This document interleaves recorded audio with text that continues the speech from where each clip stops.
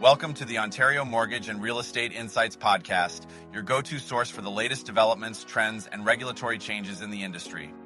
I'm your host, Sandy, your guest host from Keller Williams Legacies, here to provide you with insights sourced from reputable news outlets to help you stay informed. Steve Hamoan here. This is brought to you by Real Approved Inc., a trusted mortgage brokerage dedicated to helping Canadians achieve their home ownership dreams. Visit realapproved.ca to learn more about how our experienced team can assist you with your mortgage needs. Let's dive into today's episode. Today, we're talking about a critical issue facing Ontario's housing sector. According to a recent announcement from the Toronto Regional Real Estate Board, Ontario is grappling with a housing emergency. It's a situation where projects are stalling, builders are canceling developments, and many families and individuals are being priced out of the market. Yeah, Sandy, it's a scenario that's really hitting home for a lot of people. The message from Ontario's housing sector is clear. Bold, coordinated action is necessary to boost housing construction, lower costs, and make housing more affordable for residents. This isn't just about shelter, it's about the foundation of the economy and the heart of our communities. Absolutely, Steve. What stands out to me is this unified call to action from such a wide array of stakeholders. We're seeing everyone from builders and realtors to trade associations and not-for-profits, all speaking with one voice. They're urging every level of government to move quickly to unlock housing supply, cut costs, and restore affordability by accelerating both ownership and rental housing delivery. It's interesting, Sandy, that the announcement does acknowledge the positive efforts made so far by the federal, provincial, and municipal governments. They've been working on policy developments, zoning reform, and funding programs to encourage more housing construction. The recent provincial housing bill, the Fighting Delays, Building Faster Act 2025, is one such initiative aiming to cut red tape and lower construction costs. That's right, Steve. But despite these efforts, the call for more action is loud and clear. The announcement also highlights potential disruptions that could impact the housing ecosystem, like trade wars and economic uncertainty. These factors are outside the direct control of governments and industry, but need to be considered as we navigate this uncertain macro environment. And let's not forget, housing supports over 1.2 million jobs and contributes more than $143 billion in economic activity yearly to Canada's gross domestic product. Rising costs and regulatory challenges are slowing new housing starts, which puts skilled trade jobs at risk and affects related sectors.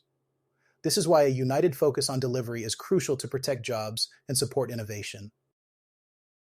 Exactly, Steve. The announcement lays out several policy priorities for immediate action. For instance, positioning housing as an economic driver, modernizing outdated tax rules, and cutting costs for homebuyers. They're also advocating for innovation in construction methods, freeing up land, and ending exclusionary zoning to allow a wider mix of housing types. And they're calling for incentives to encourage private capital investment in both rental and ownership housing. Reintroducing the multiple unit residential building tax incentive is one of the suggested measures.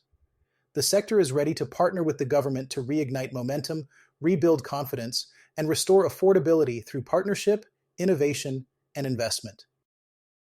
It's a comprehensive and ambitious plan, Steve. The collaboration across all levels of government and the housing sector is essential to deliver the homes that our communities urgently need. There's a strong sense of urgency and a clear path outlined to address the challenges.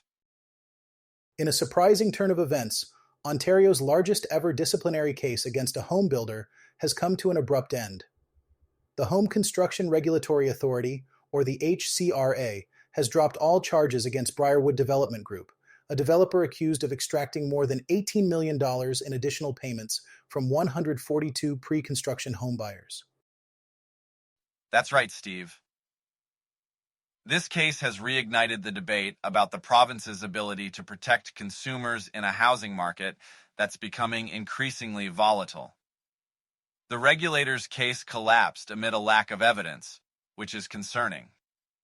Briarwood, was initially facing potential fines exceeding $32 million for allegedly pressuring buyers to pay more after signing agreements and paying deposits. The collapse of the case is being attributed to the disqualification of the HCRA's expert witness and the regulator's failure to provide direct evidence for the majority of the affected properties.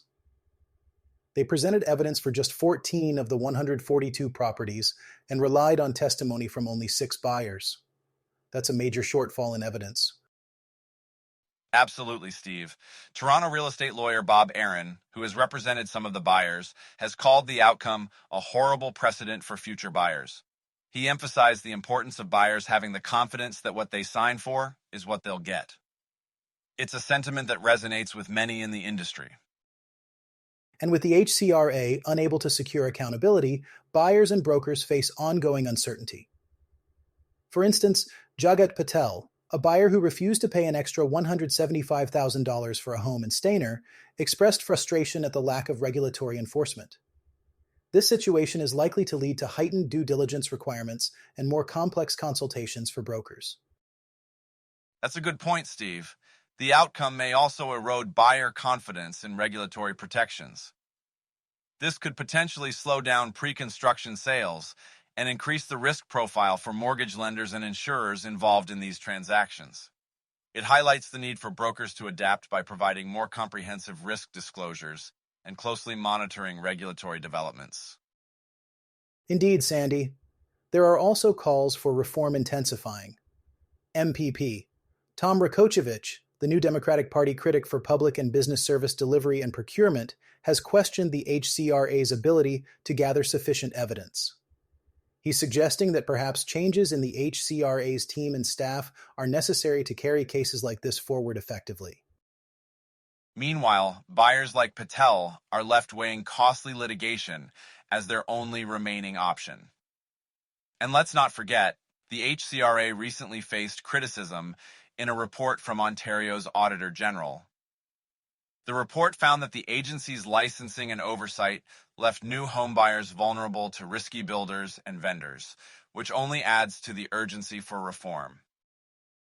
It's a complex situation, Sandy, and it underscores the need for a robust regulatory framework that can effectively protect consumers while fostering a healthy housing market.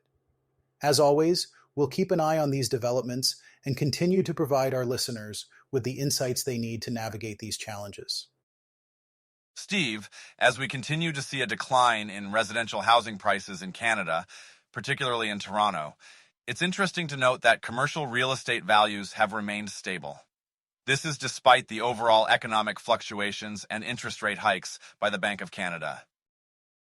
That's right, Sandy. It's a fascinating dynamic.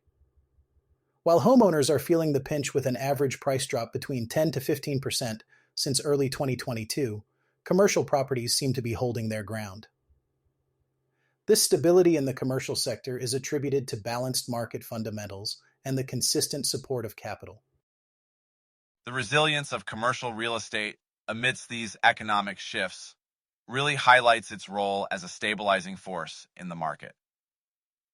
It seems that investors are maintaining confidence in commercial properties, which could be due to their long-term income potential and the diversified nature of commercial investments.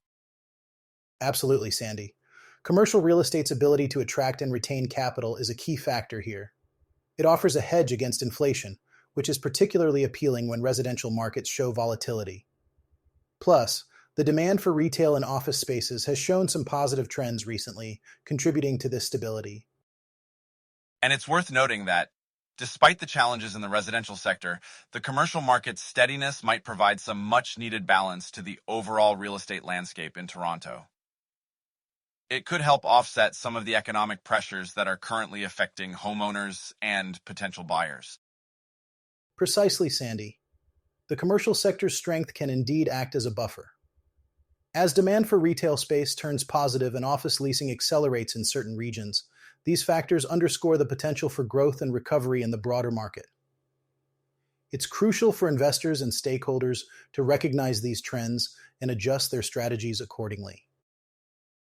Looking ahead, it seems that the commercial real estate market in Toronto will continue to play a pivotal role in the city's economic resilience. As we navigate through these uncertain times, the stability of this sector will be something to watch closely. Indeed, Sandy. It's a reminder of the importance of diversification in real estate investments. While residential markets may face headwinds, commercial properties offer a steady alternative. We'll continue to monitor these developments and provide insights to help our listeners make informed decisions. While many areas in the Greater Toronto Area are experiencing a decline in condo prices, there's one place that's bucking the trend. Aurora has seen a significant rise in condo prices, with a 14.9% increase year over year. This is quite a contrast to the downward trends we're observing in other parts of the region. That's right, Sandy.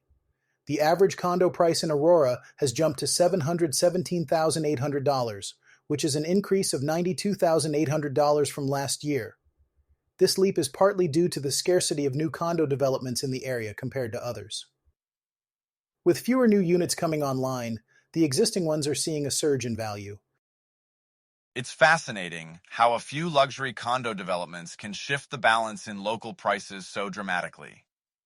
In regions like Aurora, where tract subdivision housing is more common, the introduction of new luxury condos can significantly impact the market. Absolutely, Sandy. The limited supply of new condos in Aurora is creating a unique situation where demand is driving up prices. This stands in stark contrast to areas like Caledon, where prices have plummeted by 21.6% year over year, marking a decline of $179,975. And it's not just Caledon feeling the pinch. Milton, Mississauga, and Brampton are also seeing declines, with Mississauga experiencing an 8.13% drop, and Brampton a 9.52% dip in condo prices. It's a tough market for sellers in these areas. These trends highlight the importance of location and the type of developments that are being introduced. Aurora's situation shows that even in a broader downturn, specific locales can thrive if the conditions are right. It's a reminder for investors to consider the unique dynamics of each market. Indeed, Steve. For homeowners and investors in Aurora, this rise in prices is certainly welcome news. It underscores the need for a keen understanding of local market conditions when making real estate decisions. And as always, it's important for buyers and investors to stay informed and adaptable. The real estate landscape can change quickly, and understanding these dynamics is key to navigating the market successfully. In our final segment today, we're bringing you an update on a significant development in the trade landscape that's adding fresh uncertainty to Canada's housing outlook. Over the weekend, former President Donald Trump announced a new escalation in the United States-Canada trade war by implementing additional tariffs on Canadian imports. That's right, Sandy. Trump's decision to increase tariffs by another 10% is creating ripples throughout the Canadian economy, particularly impacting sectors that are already feeling the strain. It's unclear if this is a blanket tariff or targeted at specific goods, but it's certainly adding another layer of complexity for hopeful homebuyers and investors. The Canadian Real Estate Association has noted a slow but steady improvement in home sales activity, which is promising. However, the ongoing trade tensions are a wild card that could derail this progress. The uncertainty makes it difficult for potential buyers to feel confident about the future economic landscape. The Canadian Imperial Bank of Commerce's Deputy Chief Economist Benjamin Tal has pointed out that these tariffs are unlikely to disappear quickly. They're generating significant revenue for the U.S. government, despite the burden on American taxpayers. This suggests that the tariffs might stay in place long after Trump's tenure. It's interesting to see how the political climate is influencing the housing market. The Canada Mortgage and Housing Corporation has identified the outcome of these trade talks as a key factor in shaping the housing market's trajectory in the coming months. It underscores the interconnected nature of global politics and local real estate. Absolutely, Sandy. The Bank of Canada is also in a challenging position. With these new tariffs, there's speculation about more interest rate cuts to cushion the economic impact. Analysts are watching closely for the central bank's next move, especially with the potential for further rate reductions in 2026. The potential for rate cuts could offer some relief to homebuyers, but the broader economic uncertainties remain a concern. It's a reminder of how external factors like international trade policies can have a profound impact on the real estate market. As we wrap up today's episode, it's clear that the housing market is navigating through a complex web of challenges. From trade wars to economic policies, each element plays a crucial role in shaping the landscape. We'll continue to monitor these developments and keep you updated with the latest insights. Thanks for tuning in to another episode of the Ontario Mortgage and Real Estate Insights podcast. We hope you found today's insights valuable as you navigate the world of mortgages and real estate. Before you go, a quick reminder, Real Approved is here to make your mortgage journey smoother. Whether you're buying your first home or refinancing, their experienced team is ready to guide you with personalized support every step of the way. Visit realapproved.ca to get started and take the next step toward achieving your homeownership goals. Catch you next time, and stay informed with the latest industry insights.